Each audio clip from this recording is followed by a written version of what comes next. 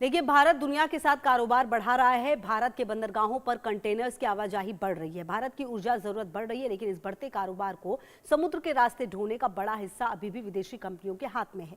सरकार के मुताबिक भारत हर साल करीब 75 अरब डॉलर यानी 7 लाख करोड़ रुपए से ज्यादा विदेशी शिपिंग कंपनियों को ढुलाई के तौर पर देता है। अब इस निर्भरता को कम करने के लिए सरकार ने बड़ा फैसला लिया है, जिसे समझने के लिए आपको एक्सप्लेनर के जरिए समझना होगा।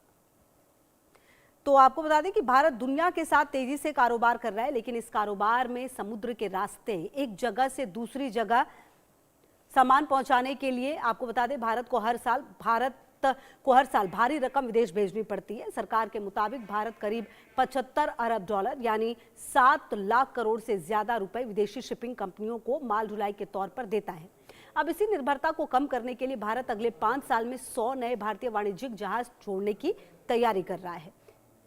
तो कुल मिलाकर आपको बता दें कि ये भारत की तैयारी है और भारत की अर्थव्यवस्था और समुद्र का रिश्ता कितना गहरा है, इसे कुछ आंकड़ों में समझिए। भारत के विदेशी व्यापार में समुद्री परिवहन की भूमिका बेहद बड़ी है। करीब 95% व्यापार मात्रा के हिसाब से और लगभग 70% व्यापार मूल्य के हिसाब से समुद्री रास्ते से जुड़ा है। यानी भारत जितना सामान दुनिया से खरीदता और बेचता है, उसका बहुत बड़ा हिस्सा जहाजों के जरिए आता जाता है। कच्चा तेल हो, कोयला हो, गैस हो, उर्वरक हो या भारत का तैयार माल, इन सब के लिए समुद्री परिवहन जरूरी है। इसीलिए बंदरगाहों की क्षमता बढ़ाना भी उतना ही जरूरी है। और यही वजह है कि भारतीय जहाजों की हिस्सेदारी को अगर आप समझें, अब इस कहानी का सबसे चौंकाने वाला जो आंकड़ा है वो अब आपको बता देते हैं। करीब 4 दशक पहले भारत के विदेशी व्यापार का एक बड़ा हिस्सा भारतीय जहाजों के जरिए ही जाता था। 1987-88 में भारतीय जहाज विदेशी व्यापार के करीब 40.7% माल को ढोते थे, लेकिन इसके बाद यह हिस्सेदारी लगातार गिरती गई। 2018-19 तक यह आंकड़ा करीब 7.8% रह गया और हालिया आंकड़ों में इसे अब 5% से भी कम बताया जा रहा है। यानी भारत का व्यापार बढ़ता गया, लेकिन अपने जहाजों के जरिए उस व्यापार को ढोने की भारत की हिस्सेदारी घटती गई। इसे बेहद आसान भाषा में भी समझिए, भारत का माल बढ़ा, लेकिन माल ढोने के लिए मानवीय जो भारतीय क्षमता थी उस गति से नहीं बढ़ी और यही बात है कि खामियाजा भारत को भी भुगतना पड़ा। अब सवाल है कि भारत का व्यापार इतना बड़ा होने के बावजूद भारतीय जहाज पीछे क्यों रह गए। इसके पीछे कई वजहें हैं। सबसे पहली वजह क्या है? जहाजों की क्षमता का पर्याप्त विस्तार नहीं होना। भारत के व्यापारी बेड़ा में करीब 1500 समुद्री जहाज हैं, लेकिन दुनिया के बड़े समुद्री देशों की तुलना में भारत का बेड़ा अभी भी छोटा है। वैश्विक बेड़े की क्षमता से भारत की हिस्सेदारी करीब 1.2% के आसपास बताई जाती है। दूसरी समस्या जो है वो भी ये बताई गई है। तो कुल मिलाकर जो समस्याएं हैं वो हैं तो सही, लेकिन जो अब आते हैं सबसे महत्वपूर्ण सवाल पर, 100 नए जहाज आने के बाद भारत कितने पैसे बचा पाएगा? 100 जहाज जोड़ने का मतलब ये नहीं है कि भारत के 75 अरब डॉलर के पूरे माल ढुलाई के बिल की बचत हो जाएगी, क्योंकि हर जहाज की क्षमता अलग होती है। तेल ढोने वाला जहाज अलग होता है, कंटेनर जहाज अलग है, गैस वाहक अलग और कोयला या दूसरे थोक माल के लिए जहाज अलग। इसके अलावा जहाज साल में कितनी बार यात्रा करता है, उसकी क्षमता कितनी है और उसमें कितना भारतीय माल लदा है, इन सभी चीजों पर कमाई और बचत निर्भर करेगी। इसीलिए 100 जहाजों से होने वाली वास्तविक बचत का आंकड़ा तभी निकलेगा जब इन जहाजों की क्षमता और उनके इस्तेमाल का पूरा विवरण सामने आएगा।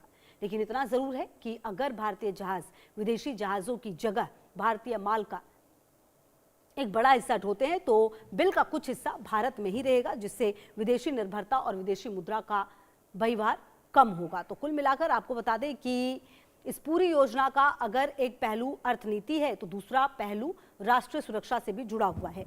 भारत जिन चीजों का बड़े पैमाने पर आयात करता है उसमें कच्चा तेल, गैस, कोयला और उर्वरक जैसे महत्वपूर्ण सामान शामिल हैं। इनकी आपूर्ति समुद्री रास्तों पर निर्भर करती है।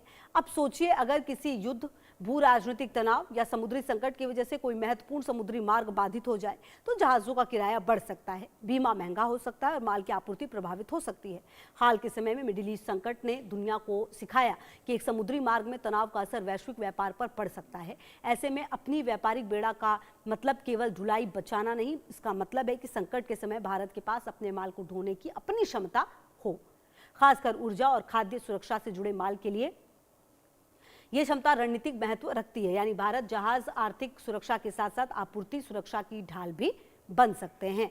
तो कुल मिलाकर आपको बता दें कि भारतीय जहाजों की संख्या बढ़ाने का फायदा सिर्फ शिपिंग कंपनियों को नहीं मिलेगा, इसके पीछे एक पूरा औद्योगिक तंत्र है। अगर भारत को बड़ी संख्या में जहाज चाहिए तो जहाज निर्माण उद्योग के बड़े ऑर्डर मिलेंगे। जहाज बनेंगे तो स्टील की मांग बढ़ेगी। इंजन, समुद्री उपकरण, इलेक्ट्रॉनिक्स, नेविगेशन सिस्टम और इंजीनियरिंग सेवाओं की मांग बढ़ेगी। जहाजों की मरम्मत और रखरखाव का कारोबार बढ़ेगा। बीमा और समुद्री वित्त का बाजार बढ़ेगा और सबसे जरूरी, भारतीय नाविकों और समुद्री क्षेत्र में प्रशिक्षित युवाओं के लिए रोजगार के अवसर बढ़ेंगे। यानी जहाज केवल एक जहाज नहीं, उसके पीछे कई उद्योग जुड़े होते हैं। इसीलिए अगर भारत व्यापारी बोझ, जहाज निर्माण और समुद्री कार्यबल को एक साथ बढ़ाता है तो इसका असर पूरी अर्थव्यवस्था पर दिखेगा। यही वजह है कि भारत की समुद्री नीति अब केवल बंदरगाह बनाने तक सीमित नहीं है। लक्ष्य है कि एक ऐसा पूरा समुद्री इकोसिस्टम तैयार करना जहां जहाज भारत में बने, भारतीय कंपनियां उन्हें चलाएं और भारतीय लोग उसमें रोजगार पाएं। तो समुद्री ताकत के जो 4 स्तंभ है वो भी अब आप समझ लीजिए फटाफट। भारत पिछले कुछ सालों से अपने बंदरगाहों की क्षमता बढ़ाने पर लगातार काम कर रहा है, लेकिन बंदरगाह की क्षमता तभी पूरी तरह काम आएगी जब उसके साथ पर्याप्त जहाज और समुद्री परिवहन व्यवस्था होगी मजबूत। इसे एक उदाहरण से समझिए। अगर किसी शहर में शानदार रेलवे स्टेशन बना दिया जाए लेकिन ट्रेनें पर्याप्त ना हो तो स्टेशन की पूरी क्षमता का इस्तेमाल नहीं हो पाएगा। ठीक यही बात बंदरगाहों पर भी लागू होती है। भारत का लक्ष्य केवल ज्यादा माल बंदरगाहों से संभालना नहीं, बल्कि उस माल को पूरी समुद्री मूल्य श्रृंखला में अपनी हिस्सेदारी बढ़ाना है। यानी बंदरगाहों के साथ जहाजों का मालिकाना, जहाज निर्माण और समुद्री सेवाएं भी मजबूत करनी होगी। यही वजह है कि भारत की समुद्री रणनीति में बंदरगाह का विकास और शिपिंग क्षमता को एक दूसरे से जोड़कर देखा जा रहा है। अगर भारत अपने बंदरगाह को दुनिया के बड़े व्यापारिक केंद्रों में बदलना चाहता है तो उसे ये भी सुनिश्चित करना होगा कि ये बंदरगाहों तक पहुंचने और वहां से निकलने वाले माल के लिए पर्याप्त भारतीय जहाज मौजूद हो।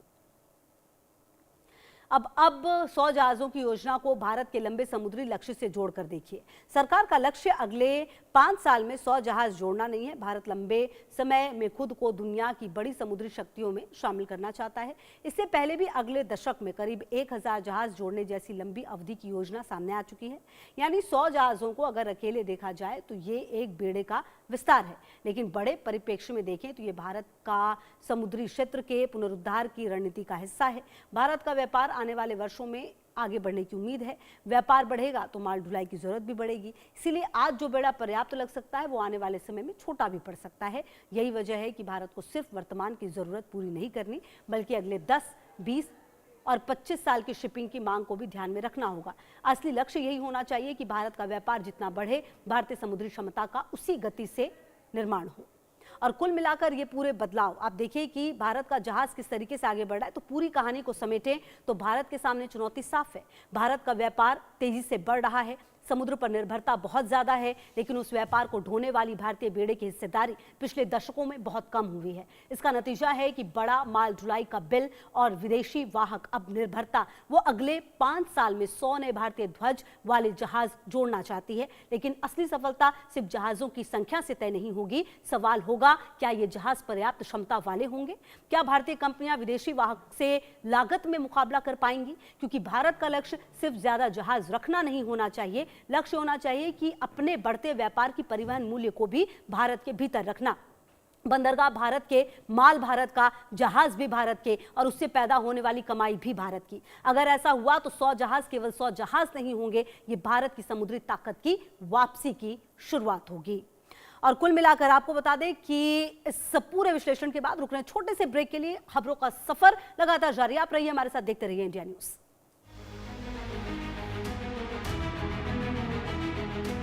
हींग देना वो वाली